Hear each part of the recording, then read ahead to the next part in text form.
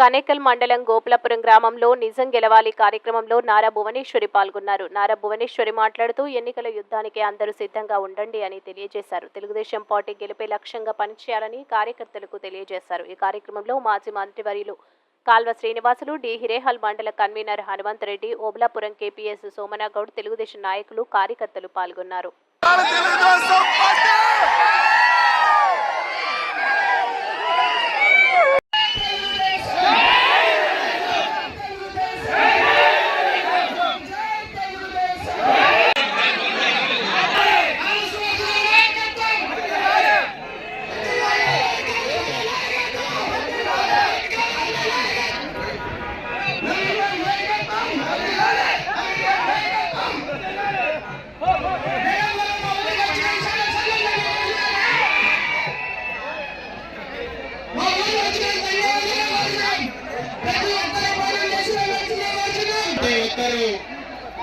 భోజనం చేసి వెళ్లాల్సిందిగా కోరుతున్నాం. తెలుగుదేశం పార్టీ కార్యకర్తలు ఎన్నో గ్రామాల నుంచి వచ్చేసారు కాబట్టి ప్రతి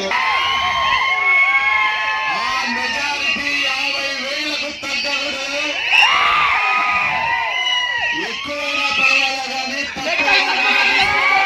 మన పూజ్యులు తెలుగుదేశం పార్టీ జాతీయ అధ్యక్షులు నారా చంద్రబాబు నాయుడు గారి సతీమణి మన మేడం భువనేశ్వరమ్మ మన గ్రామానికి గోపులాపురానికి రావడం చాలా అదృష్టమని మీ అందరికీ